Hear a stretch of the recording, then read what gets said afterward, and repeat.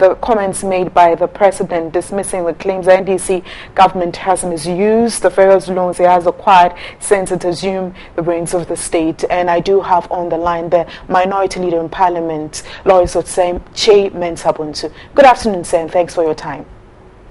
Good afternoon. Now, what's the opposition stand on the concerns raised by the president? Oh, I think they were most unfortunate. That I think the trend from the presidency and from the president himself is not the best. What's happening these days? What he said that Tamale, Accra, and continuing to the water is not the best. I think we should be telling the president that he should exercise greater circumspection in what he says and how he says it. First of all, relating to the MPs, especially the minority MPs, when he says to us that all loans have been coming to Parliament and that we should be aware, that statement itself is incorrect. It is not all loans that the presidency has engaged in that have come to Parliament, and we have insisted on this. Let me give you examples, especially relating to borrowing from the local banks, the issuance of treasury bills and so on. They are loans. We have always insisted that these should come to Parliament. They have not come to Parliament. Then there are some of the loans that have been taken and for which the amounts involved have been misapplied, applied on other things than the things that the president had come to Parliament seeking. I'll give you one example. Last year, he came to Parliament to request the approval of Parliament for them to go to the market to raise these Euro bonds, 1 billion by Euro bonds. He said he was going to use it on infrastructural development, and he listed some of the infrastructure: road construction, the delivery of potable water, health facilities, and so on. The Eurobond came, a significant proportion, more than 50%, was swallowed up by Bank of Ghana. They insisted government owed them. So that money went to Bank of Ghana and was not applied on the infrastructure that government itself had said it was going to use the money on.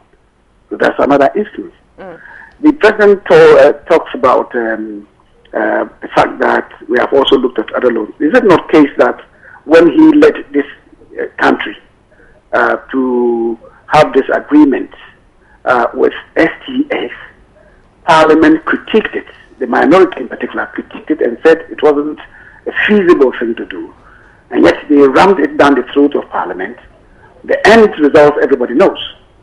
The contracting of the CDB loans, they raised issues. They disagreed with us, brought in all the ministers to come and vote for it. Where are we on that? So there are major things that we have spoken about. Even he cited the Rich Hospital. Nobody said building a hospital is not good for this country. We know that we require several other health facilities. So that enterprise is good. Now, Honorable, if I can cut you there, there's been a lot of back and forth regarding this issue, especially when it comes to loans approval in Parliament. With your experience in Parliament and with the role you've played over the years, what do you think should be the appropriate way to prevent such incidences from occurring in the near future? What I think we must do, and what Parliament hasn't done, first of all, Parliament is scrutinizing these matters. Because you see, oftentimes it becomes your word against the word of the ministry. And sometimes they are not even able to well articulate the position. And then the whip of government is extended to bring all the ministers and MPs to come and vote for an item. What we need to do, as is done in other parliaments, is for us to engage consultants to interrogate the matters relating to the loans, the terms and conditions, the effect of the loan on the economy in general, and so on and so forth, to advise Parliament. You see, Parliament is not doing that. And also, I guess the structure of our own committees is also not helping us.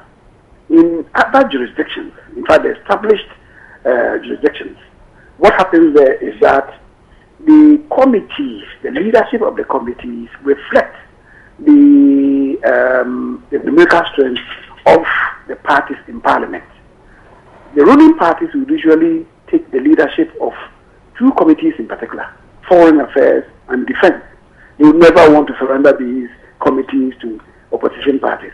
But the other ones are then shared in accord with the numerical strength of the parties in Parliament. That is what is done. But we don't do our that way. All committees are chaired by the ruling party members. And as you do know, the leaders do a lot to, fashion the work business of the committees. If you have inefficient and ineffective leaders of the committees, they tend to weaken Parliament itself. Especially when, in our situation, where the President is obligated under the Constitution to appoint majority of his ministers from Parliament. And the President would usually go for the cream of his members in Parliament to appoint them as ministers. And if you have a weakened bench of the majority party, and you want to make them chairman of all committees, it is a recipe for disabling the committees and indeed weakening Parliament as an institution. Honourable, these pointers you've stated very clearly, has there been ever a case where these pointers have been mentioned in Parliament as a country, divide of whether NDC or MPP or CPP or PPP? Do you see us heading towards that direction? Heading towards which direction? The pointers you just stated clearly that what we are not doing and we need to do. Well, Parliament itself is in the process of reviewing our standing orders. And some of us have canvassed these positions that I'm articulating today. The good thing is that many of the points have been taken, including even restricting the membership of the parliamentary committees. Too large in Ghana. We have members serving on too many committees, and because of that, some members will be in Parliament for 2 terms, 3 terms. They will not imbibe much. They will just pass through and not learn much. We need to get these things behind us to strengthen Parliament, strengthen the members of Parliament, and strengthen the committees and so on, in order to properly position our Parliament to discharge our statutory functions. Thank you very much, sir, for your time.